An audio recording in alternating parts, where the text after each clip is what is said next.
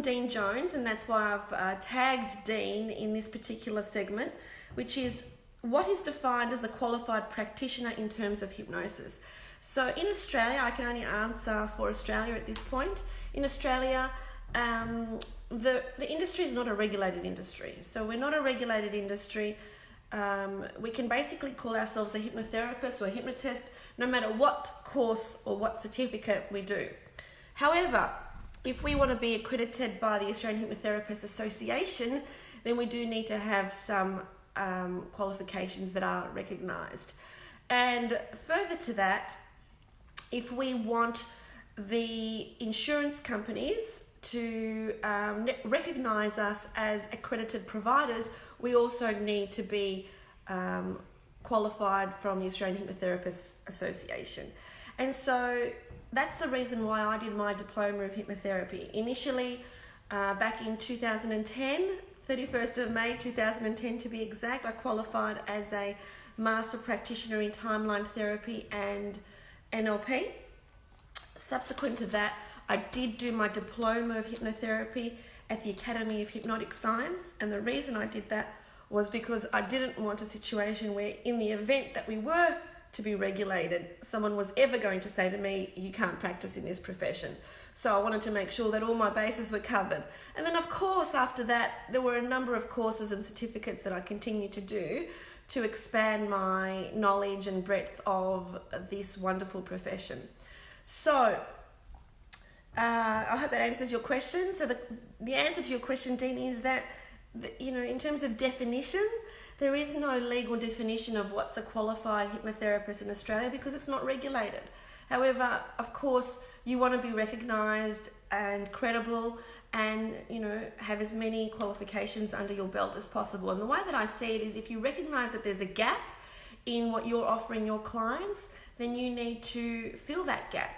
So for instance, there was a time when I had a lot of people come to me for sexual performance, and so I made sure that I did a course specific to that. You need to make sure that whatever you are giving out to the world as someone who can fulfill a need and solve a problem, you need to be able to do that. So I hope that answers your question.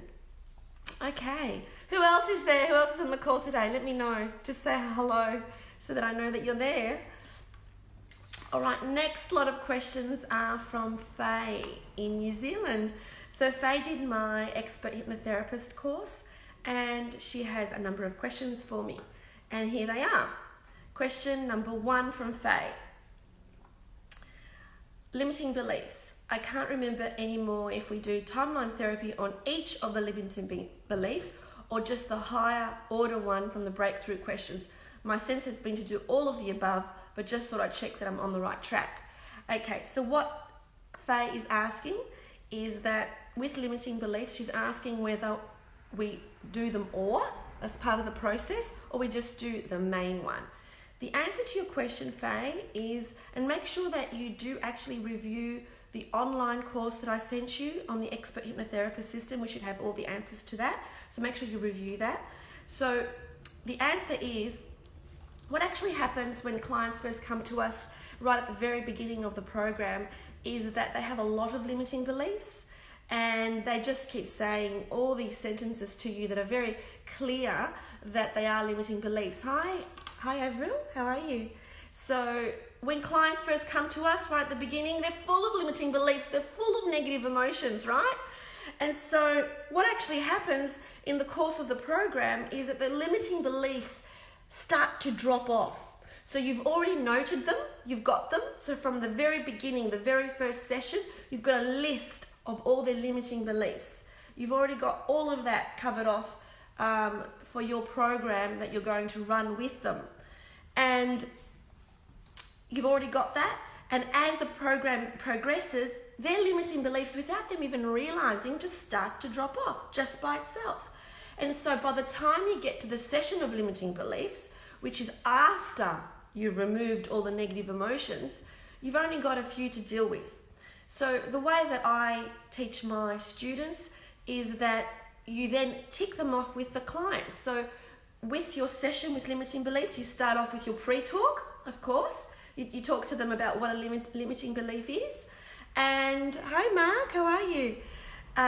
You start off with your pre-talk by saying that, limiting beliefs are these beliefs that we believe to be true, and it's hard to identify a limiting belief because we think it's true, but they hold us back in some way. There's some sort of belief that we have about ourselves that hold us back in some way. And these are the ones that I identified that you had when you first came to me. And let's just check to see if they're still true. So that's what you would do. You would check to see if they're still true. So you would say, so Mark, do you still believe that you are lazy? As an example, that's a limiting belief. I am lazy is a limiting belief. It holds you back from doing the stuff you need to do. So you would say, Mark, do you still believe that you're lazy? And Mark would say, oh, no, I don't believe that anymore. All right, cool. We don't have to do that then. So we don't have to actually do that. And the wonderful process about this is that the clients are actually having all these aha moments about, oh my goodness, I used to believe that and I don't believe that anymore. And so again, the value that you've given them during the program is getting reinforced, which is so important. I talk about Mark saying some days I do feel lazy. Oh yeah, sure. I see the things you do on Facebook every day and I can't keep up with you. I'm exhausted just looking at you, Mark. One thing you're not is lazy. Okay. So what I always reinforce to all my students when I teach my expert hypnotherapist system is you have to over deliver. Because we're not giving a tangible service, we have to always reinforce the value that we're consistently giving our clients. And so by actually acknowledging the limiting beliefs they used to have and they no longer have, they're going, oh my God, I can't believe I used to believe that about myself.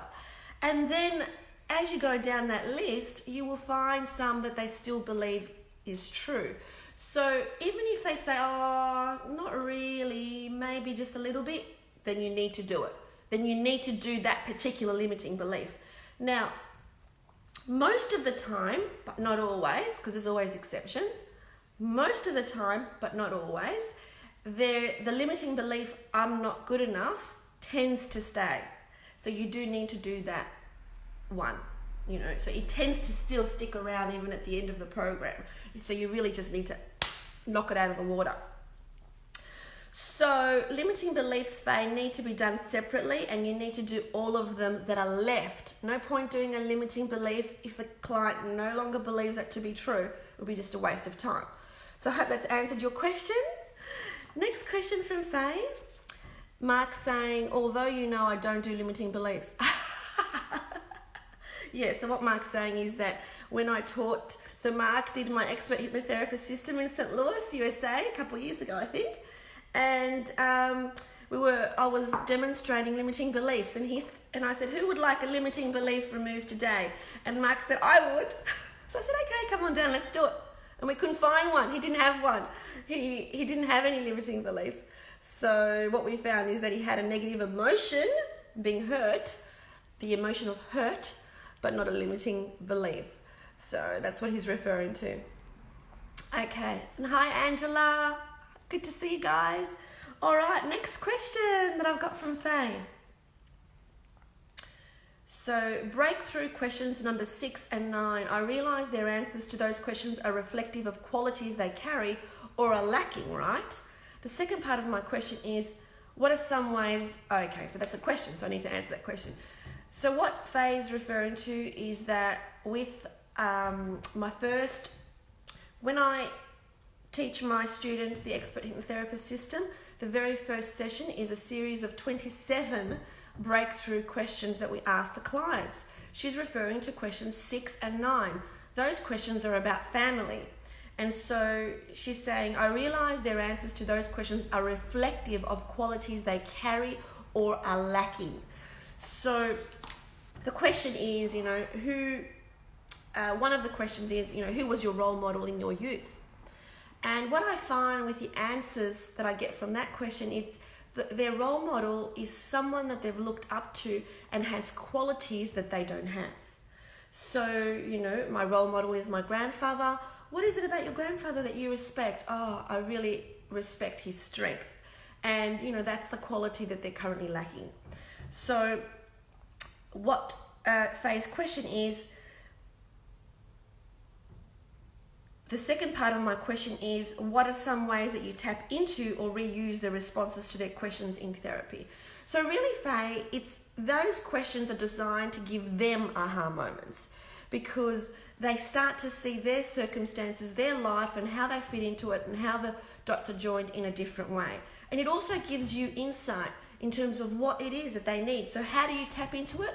Well, if they say that what I really respect is strength, then that is something you can use in hypnosis. That is a word that you can use, that is a resource that you can give them during hypnosis. So with all of the questions, the breakthrough questions, they serve two purposes. One is for the client to have aha moments, and secondly, for you to actually build that into your program in terms of how you can then use that information to benefit the client. Angela's got a question. What if they don't have a role model? Good question. So what I would say, Angela, is, so is there a role model that you had, you know, in the past that you looked up to, or one that you presently have? And if they say no, nobody, ask this question. Well, perhaps you don't know them personally. It might be someone that you respect, you know, on TV or on social media. Is there anyone at all? There'll be someone. You've just got to keep pressing. You know, sometimes in the past I've had clients who have nominated Madonna as a role model and I would say, what is it about Madonna that you respect? And they would say, oh, her courage and her strength, because we all know that Madonna, right from the very beginning, she was authentic, she was real, she never cared about backlash, she put herself out there doing all sorts of things. And so that's the quality that they looked up to. So I hope that answers your question. And if they don't, Angela, if they don't have a role model in their personal lives, if they don't have a role model in their public life, if they don't have a role model that they see in social media, that's okay. It doesn't matter. At least what that does is it sets the process up for them to start to think as to what kind of person do they respect. Because if they don't have any role models, then how are they going to have someone to emulate, someone to aspire to, someone who's got these qualities, and I would like to have those qualities. So what do I need to do to get them? I know that with myself, role models are very important people to look up to. You know, there have been people throughout my life, whether it's been personal life, where I've looked up to my sisters, with their infinite wisdom, whether it's my business life, where I've looked up to people who have achieved what I want to achieve, and therefore I look at what are their qualities, and you know, I said about, well, how can I get that quality? What can I do to have a quality like that? Because these qualities are not qualities we're born with. You know, I've just been listening to an audio with Brendan Burchard, and he talks about high performers. And these qualities are not birth. They're not given to us by birth. It doesn't mean, you know, whether you're an introvert or an extrovert, that doesn't matter. We have just as many introverts who are successful and perform at a high standard as we do extroverts. That's irrelevant. What's relevant is how do we emulate the qualities that we want? How do we, grow into those qualities? How do we learn to become that person? It's a learning, it's a growth, it's effort. It's not a birth right that we've been given. We can all be at our best and we can all reach that standard. So we want them to start thinking about that. Even if they don't have a role model, we want them to start thinking about that.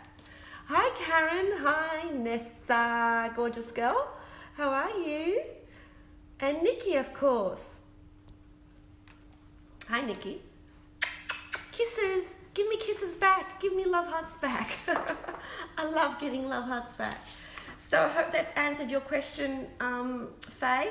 To reiterate, basically those questions are about making sure that the client has the aha moment and you draw as much as possible from that to create your program so that you can help them. Oh, look at those love hearts. Thank you so much. I love feeling loved. It's one of my number one values. I would say the number one value is to feel loved. And when I feel loved, I give it back 1,000-fold.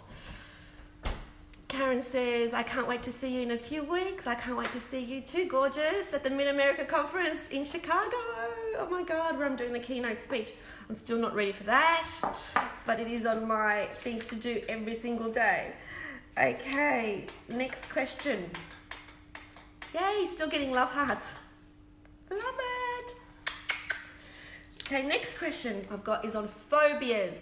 Now, just a reminder for you guys that if you do want to see the Facebook Live Q&A every week and you never miss out, all of these Facebook Live Q&As are all linked and sent to my YouTube account called Hypnosis Business Success. They're all there.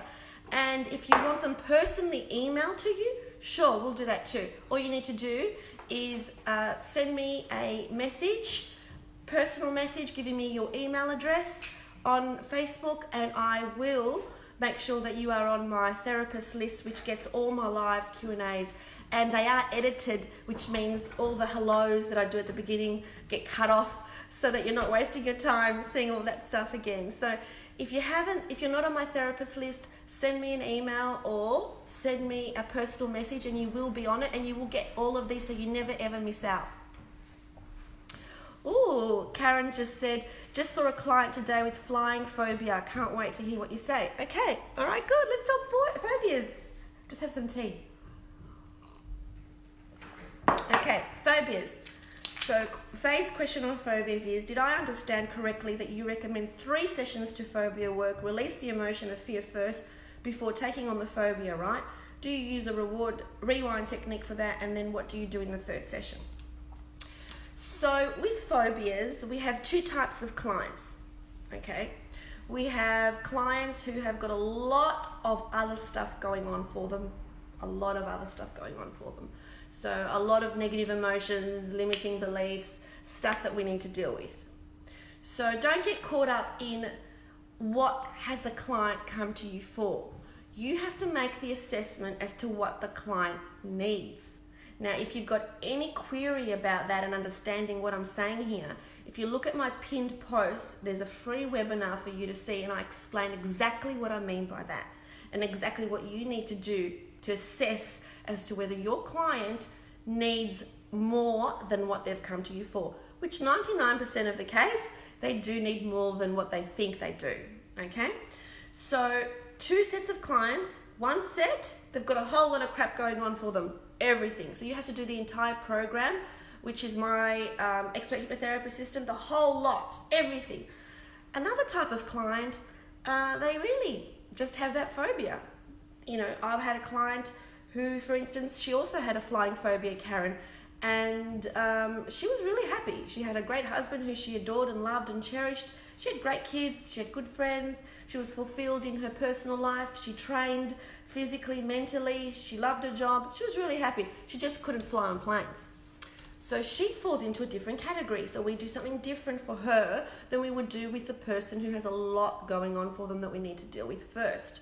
So let's assume we have this client here who is the client that is really happy in their life, everything else is going really well, however they have this phobia. The very first thing we must do is, first session, at the very minimum, you've got to do timeline therapy for fear first, for the emotion of fear. You can't deal with a phobia unless you've dealt with fear of the past first. You have to, absolutely have to, okay? So you must do fear, So we have to get rid of the fear from the past, and every single time I've had a phobia client, there's always been a cause.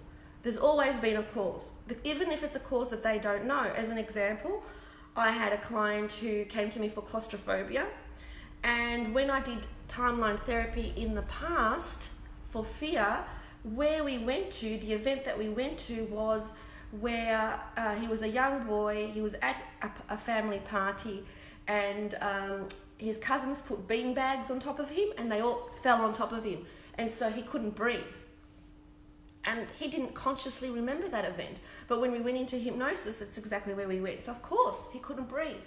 So we need to get rid of that emotion of fear. That's the first thing. The second thing is you need to then do anxiety, which is fear of the future. So you've done fear of the past, and you do fear of the future, which is anxiety. And the next one that you need to do is the NLP fast phobia model. If you don't know how to use that, simply Google it, NLP fast phobia model, and that is the third thing. And then finally what I do is I will do a deep trance session on whatever issue they've come to you for. So if it is flying, I will do a deep trance session on flying. If it is, claustrophobia, I'll do a deep trance session on claustrophobia. So that's my 4-step process in terms of dealing with phobias. Fear of the past, timeline therapy, fear of the future, anxiety, NLP fast phobia model, and deep trance. When you do that, it's gone, like magic. It's disappeared. It's like definite. So there's no doubt about it. Okay, so that's my method and methodology in terms of dealing with phobias. That it's a guaranteed system. That'll go. Boom. They all go. I've never had a client who I've not been able to remove a phobia from to date, because I use everything, use all the resources available to me. Simple as that. All right. And the next question from Faye is top tips Thursday script. How do I opt in on this, please? All you need to do, if you want to make sure that you never miss out on Facebook Live Q&As, is send me a personal message and say that you want to be on my therapist list, and I will make sure that you will get this email to you. Because what actually happens with Facebook Live Q&As is that Facebook deletes them after 2 weeks, but the link for this Facebook Live Q&A goes into my YouTube account, which is called Hypnosis Business Success. I've got stacks of things on my YouTube account. I've got demonstrations to show you. I've got tips to give you. I've got interviews with industry leaders to show you. I have webinars there. I have all sorts of things there. So subscribe to my YouTube, Hypnosis Business Success, and then you'll be able to see this anytime you want, and you can also get email to you.